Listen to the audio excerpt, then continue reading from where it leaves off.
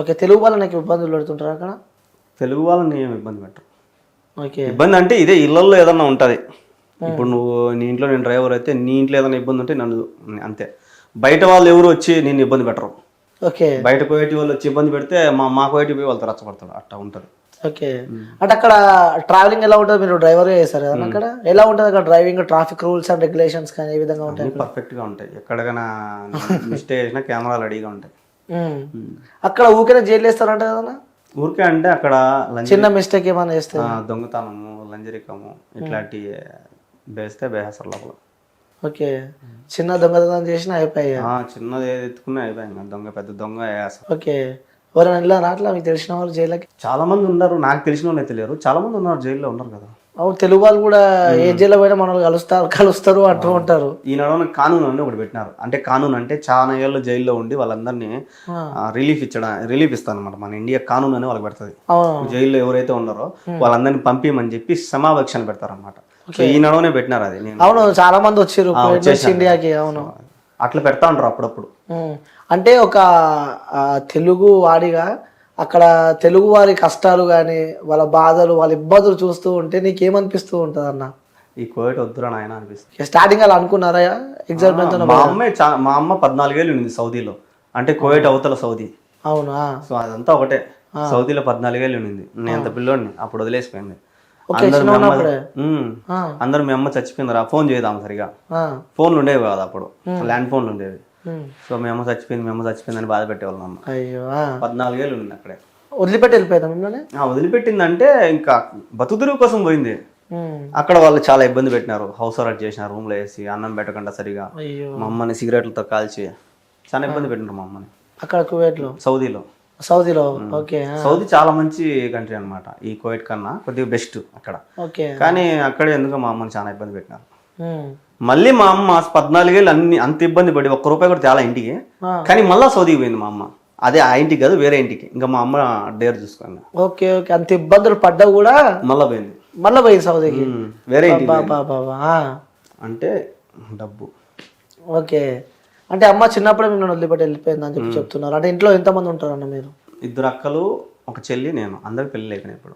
Okay. 2 అక్కలు, ఒక చెల్లి, మీరు. నాన్న చనిపోయాడు. సో ఇలా హెల్త్ ఇష్యూ అన్న. ఎలా ఉంటుంది నాన్నతో బాండింగ్ మరి? నాన్న తాగుతాడని నేను మాట్లాడేవాడిని కాదు. నాన్నతో మాట్లాడలే? ఎక్కువ బాండింగ్ లేదా? ఎక్కువ మాట్లాడను. ఎందుకు? తాగుతాడని. తాగుతూ ఉంటారు కదా. తాగుతూ ఉంటారు. అప్పుడు తెలియదు కదా నాకు.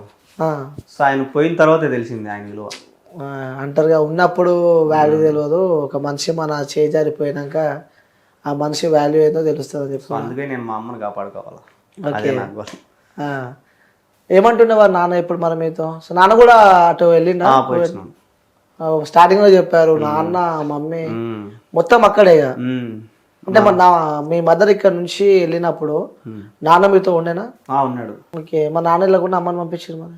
అదే నాకు నచ్చదు. అదొకటి, ఇంకా తాగుడు. ఇవి 2 నాకు నచ్చలేదు ఆయన దగ్గర. నేను ఫస్ట్ ఏం చెప్తానంటే ఆడవాళ్ళు కువైట్కి పోకూడదు, గల్ఫ్ కంట్రీకి పోకూడదు. ఇప్పుడు కువైట్లో ఉండే వాళ్ళంతా ఎట్లా అంటే ఆడవాళ్ళు మొగుడు చేతకానవాడు, లేదా మొగుడు ఇంకొకటి ఎత్తుకొని వాళ్ళు, లేదా మొగుడు చచ్చిపోయిన వాళ్ళు, మొగుడు చేతకానవాడు, ఈ తాగుబోతోళ్ళు వీళ్ళు ఉంటారు కదా, వాళ్ళంతా అక్కడికి వెళ్ళి ఉన్నారు కువైట్కి. సో మొగుడు సక్రంగా ఉంటే కువైట్కి పోరు ఎవరు. ఓకే. ఓకే.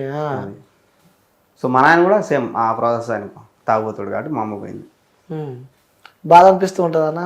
బాధ అంటే ఆయన పోయినాక బాధ అనిపిస్తుంది. ఆయన ఉన్నప్పుడు మాత్రం నువ్వు మా అమ్మని అంత ఇబ్బంది పెట్టినావు అని కోపం వచ్చింది. ఎంతైనా కన్నతల్లి కాబట్టి ఆ ప్రేమ ఉంటుంది.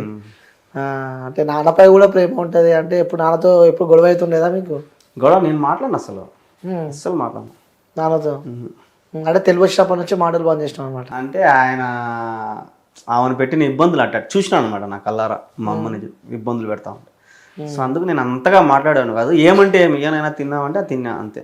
అంటే ఏమనిపిస్తూ ఉంటుంది అని అంటే మనం చిన్నప్పుడు అంటే ప్రతి ఇంట్లో, అంటే మన ఇంట్లో ఎవరింట్లో అయినా ప్రతి ఇంట్లో చిన్న ఉన్నప్పుడు ఆ కష్టాలు చూస్తూ ఉంటే, సో పెద్ద అయినా మనకు అనిపిస్తుంది కదా ఎప్పుడెప్పుడు పెద్ద అవుతామా, ఎప్పుడెప్పుడు డ్యూటీలు చేస్తామా, ఎప్పుడెప్పుడు జాబులు చేసి మన అమ్మని మంచి చూసుకుంటామా అని. అంటే ఆ సందర్భాలు అనిపించిందా మీకు? నేను చిన్నప్పటి నుంచి కష్టపడతానే ఉన్నా.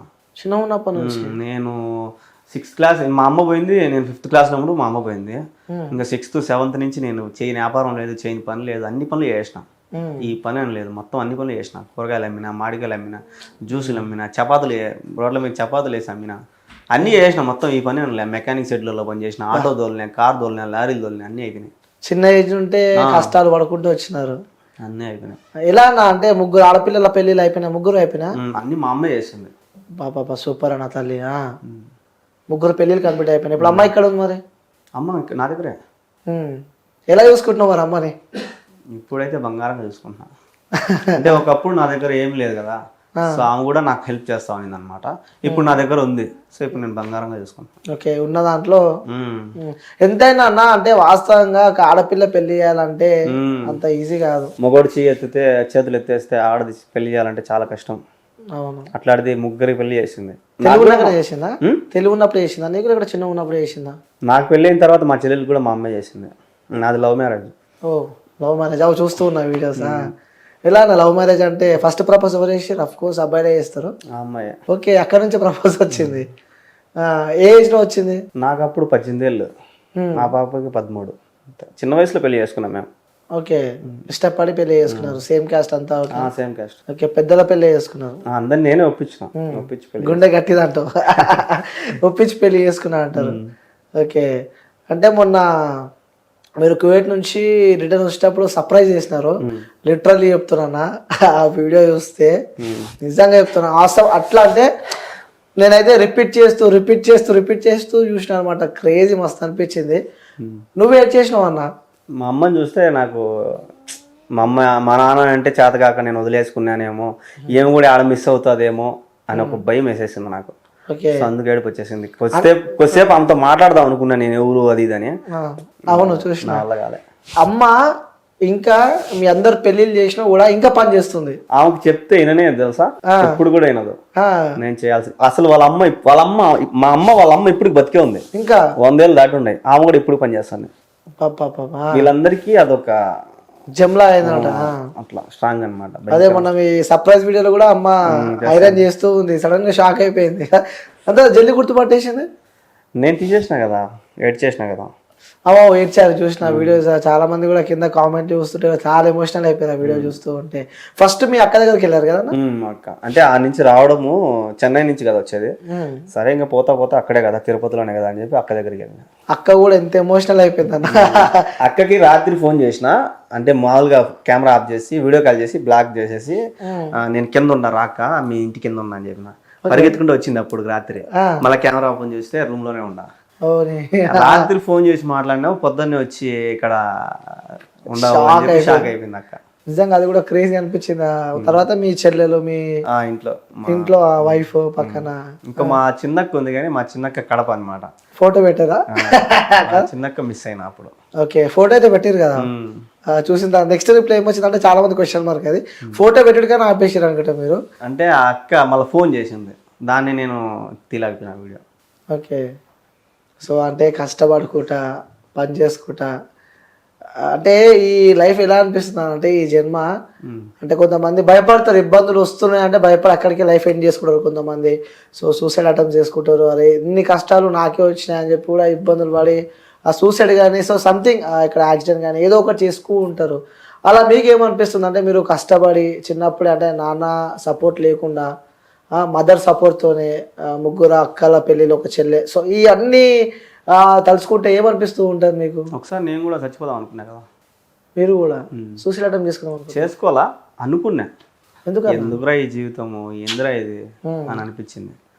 సో కాదు, నాకు ఫ్యామిలీ ఉంది, మా అమ్మ ఉంది, నా వైఫ్ ఉంది, ఇంకా ఏదో ఉంది నా దగ్గర, తీయాలి దీన్ని బయటికి. సో ఇట్లా ఇంకా కంటిన్యూ అయిపోయింది. ఎందుకన్నా సూసైడ్ ఎందుకు చేద్దాం అనుకున్నా? కరోనా టైంలో, కరోనాకు ముందు షూటింగ్ చేస్తా ఉన్నా, ఆడిగిడి పోయి ఏదో చిన్న క్యారెక్టర్లు చేసుకుంటా డబ్బులు. ఇండస్ట్రీలో కూడా ఉన్నావా? ఇండస్ట్రీ అంటే మా కడప జిల్లాలో ఉన్నాయి, ఇక్కడ కాదు. Okay okay. సో అక్కడ చేసే వాళ్ళ దగ్గర చేస్తా ఉన్నా, అక్కడ కొద్దిగా ఇస్తా ఉన్నారు మనకు. ఇంకా కరోనా టైంలో ఇంకా షూటింగ్లు కూడా ఆగినాయి, మనకి ఇంకా ఇన్కమ్ లేదు, ఎవరైనా డ్రైవింగ్ కూడా పిలిచడం లేదు, అందరూ భయపడుతున్నారు, బండ్లు కూడా పంపించడం లేదు ఆడికి కరోనా అని చెప్పి. సో ఇంకొక నెలలో బాగా అప్పులు చేసిన. సో అప్పులు చేసినా ఇంకా వాళ్ళకి కట్టాలి కదా. ఈ కరోనా లాక్డౌన్, కూరగాయలు అమ్మినా, ఆటోలో కూరగాయలు వేసుకొని పోయి అమ్మినా, మాస్క్ పెట్టుకొని అమ్మినా, ఎవరన్నా చూసి కనుక్కుంటారని. అట్లా కూడా నా వల్ల కాల, ఈ అప్పులు అట్లా తీరవు, ఆడొచ్చే 1500కి సరిపోదు మనకు. ఇంకెట కాదు కువైట్కి వెళ్దాము అని అనుకున్నా. మళ్ళా లాక్డౌన్ పడుతుందేమో భయపడి చచ్చిపోదాం అనుకున్నా. ఓకే.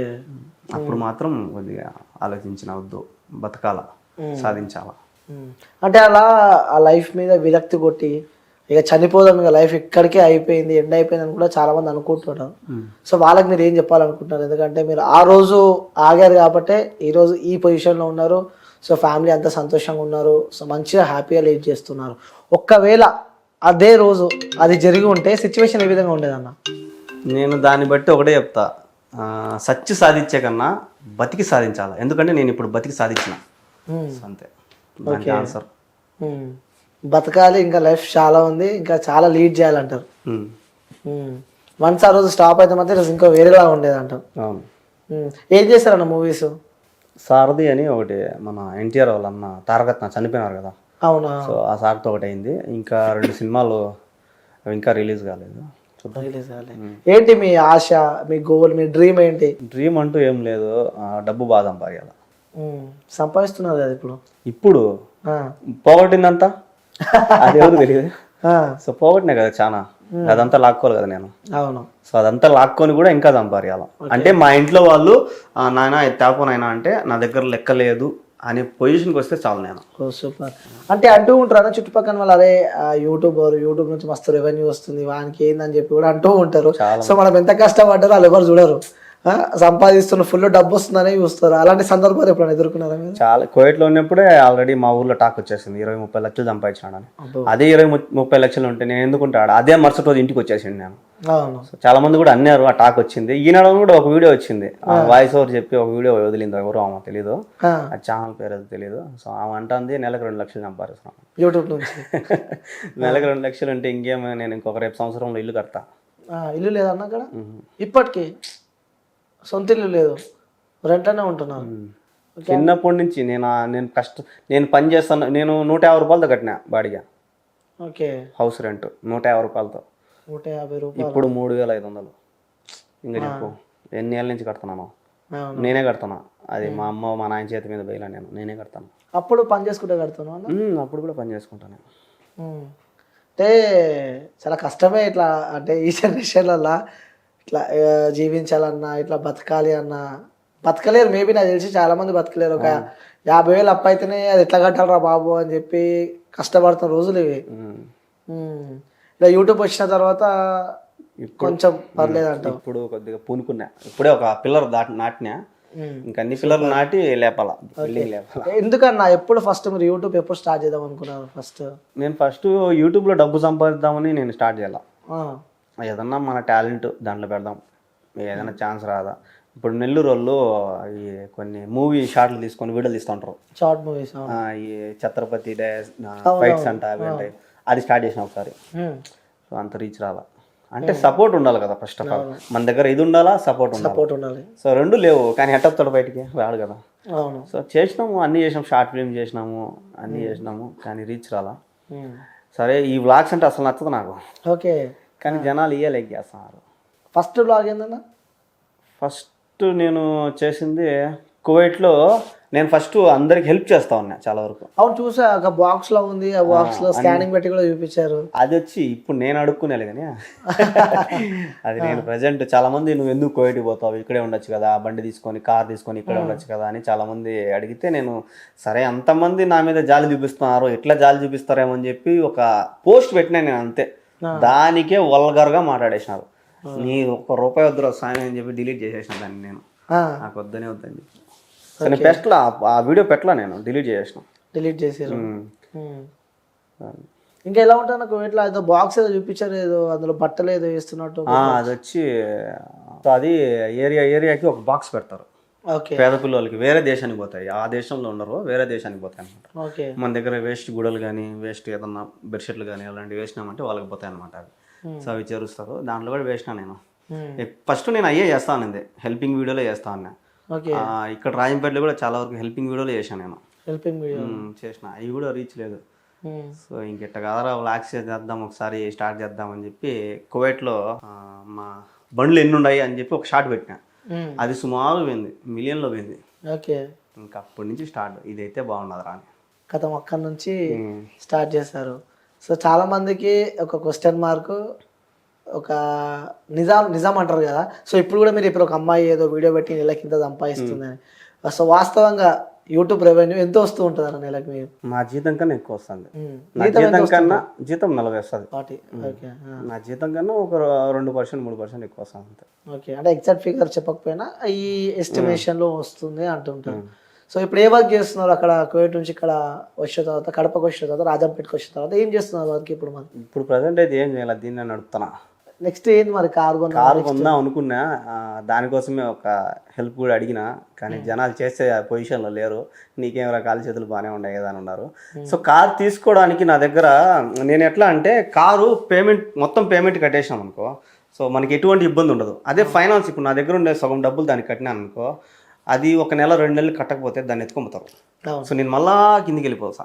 అవును. సో అట్లా కాకుండా మీరు ఎవరైనా హెల్ప్ చేస్తారేమో అని ఒక పోస్ట్ పెట్టినా, సో వాళ్ళు హెల్ప్ చేసే పొజిషన్లో లేరు. కింద కామెంట్ ఏమొచ్చినాయి? బా స్వామి, రాత్రి 1 గంటలో డిలీట్ చేసిన దాన్ని. 90 కామెంట్లు వచ్చినాయి. అంటే ఒక వ్యక్తి కువైట్ పోయిండు, మంచిగా బ్లాగ్స్ చేస్తుండు, ఫాలోవర్స్ చూస్తే బీవచ్చంగా ఫాలోవర్స్ ఉన్నారు, మళ్ళీ ఏంటి ఇలాంటి పోస్టులు పెట్టారని చెప్పి కూడా అనుకుంటారు కదన్న. అంటే ఇప్పుడు నాకు వచ్చే పేమెంట్లో ఒక 5 లక్షలు పెట్టి కార్ తీసుకోవాలి. సెకండ్ హ్యాండ్, కొత్తది కూడా కాదు. ఇదంతా జమ చేసుకొని దాన్ని నేను ఎప్పుడు కొనేది 5 లక్షలు జమ చేయాలి. సో దాన్ని కొనే టయానికి నాకు మళ్ళీ రిటర్న్ పోయేదానికి టైం దగ్గరకు వచ్చేస్తుంది. నేను పోకుండా ఉండాలంటే ఆ కార్ తీసుకున్నానంటే నేను ఇక్కడ బాడీలు తోలుకుంటా ఉంటాను కదా. సో ఆ ప్లాన్లో నేను అడిగిన, అందరు ఏమనుకుంటానంటే నువ్వు దుబారుగా తిరిగేదానికి అడుగుతున్నావా అని అన్నారు. ఆయన నీ కారు వద్దు, ఏం వద్దు సార్ అని చెప్పి నా దగ్గర ఉన్న డబ్బుతో నేనైతే ప్రజెంట్ బుల్లెట్ అయితే బుక్ చేసిన. థ్యాంక్స్ నా. వ్లాగ్స్ స్టార్ట్ చేద్దామని దాంట్లోనే. సో వచ్చిన కాడికి రాని 10,000 రాని 20,000 రాని నా సొంత డబ్బులు వచ్చే చాలు నాకు. వీళ్ళ దగ్గర నుంచి రూపాయి వద్దు, వాళ్ళు చూస్తే చాలు నాకు. అంటే మ్యారేజ్ తర్వాత వెళ్ళారన్నా కువైట్కి? మ్యారేజ్ తర్వాత. అంటే ఎలా అనిపించింది అన్న? అంటే పెళ్లి చేసుకొని మనతో ఉండాలని చెప్పి వచ్చిన వాళ్ళని కూడా ఎంతో, ఇంకా లవ్ మ్యారేజ్ మీదే ఎంతో ప్రేమతో ఇష్టపడి చేసుకున్నారు. సో వెళ్తుంటే ఆ మూమెంట్ ఎలా ఉండే? అంటే ఇప్పుడు ఇక్కడే ఉండి ఒక పూట తిని ఒక పూట తినకంట ఆ పాప బాధపడతా ఉంటే అది చూడలేక అక్కడికి వెళ్ళి నేను పస్తుండి ఆ పాప 3 పూటలు తింటుందంటే అది చాలు. ఇంకంతకన్నా ఇంకేం కావాలి. అంటే నిజంగా చెప్పాలన్నా వాస్తవంగా ఎన్నిసార్లు బాధను చంపుకొని బతికిరానా మీరు? ప్రతిరోజు జెండు బాంబు పూసుకొని పనుకుంటాం మేము, నిద్ర రాక. ప్రతిరోజు నరకం. మేము పనుకోబడికి ఇక్కడ మీకు తెల్లారిపోయింటుంది 4:30-5 అయింటుంది. మేము ఆడ 2:30-3 అనుకుంటాం. ఏం ఆలోచిస్తూ ఉంటుంది? నిద్ర రాదు అసలు. జెండు బాంబు పూసుకునే నిద్ర రాదు. అటనోస్కి మరి చూస్తే పొద్దున అవుతుంటుంది. మళ్ళీ పొద్దున్న ఏదో ప్రకారం డ్యూటీలు చేసుకోవడం. అంటే ఎంత సంపాదించినా, ఎంత ఉన్నా ఫ్యామిలీతో, మన వైఫ్తో, మన కుటుంబంతో ఉంటే వచ్చే ఫీలే వేరే ఉంటుంది. కానీ మనం ఎంత కష్టపడినా వీళ్ళు ఇక్కడ హ్యాపీగా ఉన్నారు కదా, అది చాలు. మేము ఇంత బాధపడతా ఉన్నా కూడా వాళ్ళకి చెప్పవు మేము ఇంత బాధపడుతున్నాము అని. ఇప్పుడు ఈ వీడియోల ద్వారా వాళ్ళకి తెలుస్తాయేమో తెలియదు, కానీ నా వీడియోల ద్వారా మా ఇంట్లో వాళ్ళకి తెలుసు. మా ఇంట్లో వాళ్ళు కూడా అంటూ ఉంటారు, ఎందుకు అంత బాధపడతావు, అంత కష్టపడతావు నాయన అని. ఎప్పటికైనా మంచి రోజులు రావా అని వాళ్ళకు కూడా ధైర్యం చెప్తూ వస్తా. ఓకే, ఎప్పుడైనా అనిపించిందా అరే ఈ జన్మ ఎందుకు నేను ఎంత కష్టపడుతున్నా, అవసరమా ఈ జన్మ అని ఎప్పుడైనా అనిపించిందా? కరోనా టైంలోనే, ఇంకెప్పుడు అనిపించలే. ఇంకెప్పుడు కూడా ఎందుకు అనిపించలేదంటే మా బతుకులు ఇంతే మారు. సో ఇప్పుడు నేను మార్చుకోవాలా. ఎందుకంటే ఇప్పుడు మా అమ్మ నాయన ఆస్తులు ఏం లేవు, మా తాతల ఆస్తులు ఏం లేవు, మా అమ్మ మా నాయన ఆస్తులు ఏం లేవు. మా నాయన చంపారేలా మా తాత చంపారిచ్చినట్టు కూడా అమ్మేసుకున్నారు. సో ఏం లేవు కాబట్టి మా బతుకులు ఇంతే. ఎప్పటికైనా నేను సంపాదించుకోవాల్సిందే, నిదానం సంపాదించుకుంటాం. జీరో మొత్తం అంత జీరో, ఏం లేదు, అంత స్థలం కూడా లేదు. ఓకే, మా నెక్స్ట్ ప్లానింగ్స్ ఏమైనా ఉన్నాయా? ప్లానింగ్స్ అంటే ఇంకా ఇదన్నా, ఇంకా యూట్యూబ్లో సంపాదేయాలి దేవుని వాళ్ళు. చాలా మంది యూట్యూబ్లోనే సంపాదించి ఇల్లు బిల్డింగ్లు కట్టున్నారు, చాలా మంది చాలా చేస్తున్నారు. ఏమో దేవుడు నాకు ఒక ఛాన్స్ ఇస్తాడేమో అని ఆలోచిస్తాను. ఓకే, సో మళ్ళీ మొన్న వీడియోలో కూడా మళ్ళీ నేను కువైట్కి వెళ్ళను అని చెప్పి చూశాను. ఆ వీడియోలో మళ్ళీ వెళ్తున్నారా లేదా క్వశ్చన్ మార్క్ ఏంటి, దానికి ఆన్సర్ ఇవ్వలేదు. నేనైతే పోకూడదని అనుకుంటున్నా. ఇంకా అనుకుంటున్నారు, ఇంకా ఫిక్స్ కాలే? పోకూడదు దేవుని దేవల్ల, అంతే.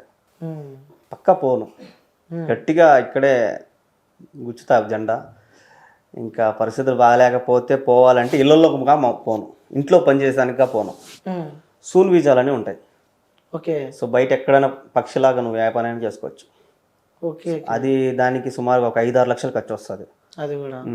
సో అది అట్లా పెట్టుకొని పోతా, అంతేగాని ఇంట్లోకి పోను. ఇదైతే ఫిక్స్ అయిపోయినా. ఓకే, అంత ఇబ్బందులు ఉంటాయంట. అంటే నైట్ టైంలో కూడా అటాక్స్ అవుతూ ఉంటాయంట కానీ అక్కడ గల్ఫ్ కంట్రీలో కూడా. అంటే ఇప్పుడు ఎడారి ఉంటుంది, ఇప్పుడు దేశం చిన్నదే కానీ చుట్టూ ఎడారి ఎక్కువ. అవును. ఆ ఎడారి చుట్టూ అంగళ్ళు పెట్టుకుంటారు కొంతమంది. అంటే అంగళ్ళు బొంకులు పెట్టుకుంటారు, లారీలు పెట్టుకొని లారీలలో బీడీలు, సిగరెట్లు, స్ప్రైట్లు, ఇట్లాంటి వాటర్ బాటిల్ అన్నీ అమ్ముతుంటారు. ఎందుకంటే వీళ్ళు రాత్రిపూట్లు ఎక్కువ కార్లలో తిరుగుతుంటారు పిల్లనాయాలు. సో అట్లాంటి చాట జరుగుతాయి. ఎప్పుడైనా చూసారా అలాంటి సందర్భాలు? నేను చూడలే, కానీ నేను అక్కడ ఉండగా టిక్ టాక్లో చూసినట్టే ఒక బెంగాలీ అతన్ని కూడా కొట్టి, రాడ్లతో కొట్టి, సిగరెట్ ఇవ్వలేదని కొట్టి చంపేసినారు. చాలా ఉన్నాయి. నేను ఉండే ఇంట్లో అయితే పిల్లలు కొట్టుకున్నారు, కార్లతో గుద్దుకున్నారు. నేను ఉండే ఇంట్లోనే. సో నేను నిద్రపోతుంటే నన్ను కూడా లేపుకొని తీసుకున్నారు, రా రా రా అని కొట్లాడేదానికి. నా దగ్గర స్పానర్ ఇచ్చినారు, అది మన బండికి బోర్డు లిపుతాం కదా, ఆ స్పానర్ ఇచ్చారు, రా తీసుకొని రా అని. నేను నిద్రలో వెళ్ళిపోయినా, ఇంటిపైకి వచ్చినారేమో పోయినా. మళ్ళీ వేరే వాళ్ళు పట్టుకొని, నువ్వు అవి ఏం తమాషా, నువ్వు కొడితే మళ్ళీ నేను తీసుకొని లోపల వేస్తారు, అంతా నీ మీద వేస్తారు కేసు అన్నారు. అప్పటికప్పుడు ఆ రాడ్ ఆడ బారేసి రూమ్లోకి మళ్ళీ పనుకున్నా. మళ్ళీ పిల్లలు వాళ్ళంతా వచ్చినారు, ఏం నువ్వు రాలేదు నిద్రపోతున్నావు అని. గోరా స్వామి నేను రానుకున్నాను ఆయన. అంటే అక్కడ లాంగ్వేజ్ తెలుగే ఉంటుందా లేకుంటే అరబిక్ ఉంటుంది కదా? వచ్చా మీకు అరబిక్? వస్తుంది, అంటే నా పని వరకు నాకు వస్తుంది.